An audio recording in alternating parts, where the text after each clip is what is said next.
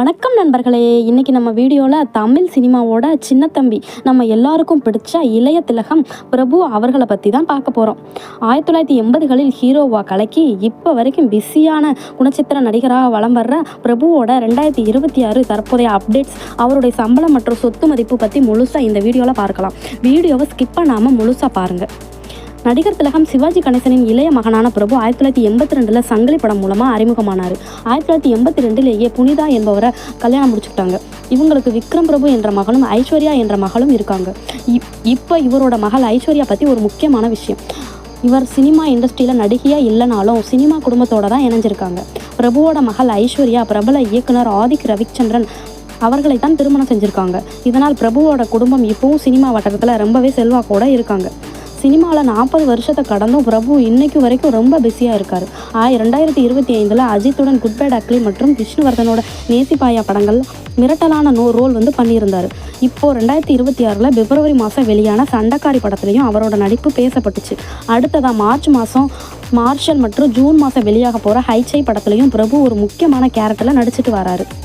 சம்பளம் மற்றும் சொத்து மதிப்பு பார்க்கலாம். இப்போ முக்கியமான விஷயத்துக்கு வருவோம். பிரபு ஒரு படத்துக்கு எவ்வளோ சம்பளம் வாங்குறாரு?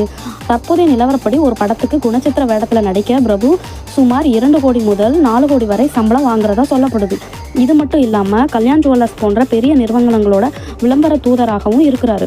அவரோட மொத்த சொத்து மதிப்பு 2026 கணக்குப்படி சுமார் 350 கோடி முதல் 500 கோடி வரை இருக்கலாம்னு கணிக்கப்படுது.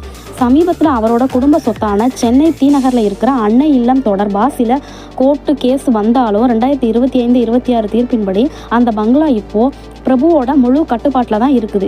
அந்த ஒரு இடத்தோட மதிப்பு மட்டுமே 150 கோடிக்கு மேலே இருக்கும்னு சொல்கிறாங்க. மகன் விக்ரம் பிரபு, அடுத்தது பிரபுவோட மகன் விக்ரம் பிரபு, இவரும் இப்போ தமிழ் சினிமாவில் ரொம்ப பிஸியாக ஹீரோவாக 2025 டிசம்பரில் வெளியான சிறை படம் அவருக்கு நல்ல பேரை தந்துச்சு. இப்போது 2026 ரத்தமும் சதையும் மற்றும் பகையே காத்திரு போன்ற படங்களில் ஹீரோவாக நடிச்சுட்டு இருக்காரு. அப்பாவை போலவே இவரும் கதைகளுக்கு முக்கியத்துவம் கொடுத்து நடிச்சிட்டு வராரு. பெரிய ஜாம்பவான்களோட மகனாக இருந்தாலும் தனக்கென ஒரு தனி அடையாளத்தை உருவாக்கி இப்போ வரைக்கும் ரசிகர்களோட மனசில் இடம் பிடிச்சிருக்கிறாரு நம்ம பிரபு சார். பிரபுவோட படங்களில் உங்களுக்கு ரொம்ப பிடிச்ச படம் எது அப்படிங்கிறத கமெண்டில் சொல்லுங்கள். இந்த வீடியோ உங்களுக்கு பிடிச்சிருந்தா லைக் பண்ணுங்கள், உங்கள் ஃப்ரெண்ட்ஸுக்கு ஷேர் பண்ணுங்கள். இது போன்ற சுவாரஸ்யமான சினிமா அப்டேட்களுக்கு நம்ம சேனலை சப்ஸ்கிரைப் பண்ணுங்கள். அடுத்த வீடியோவில் பார்க்கலாம். நன்றி. Thank you so much.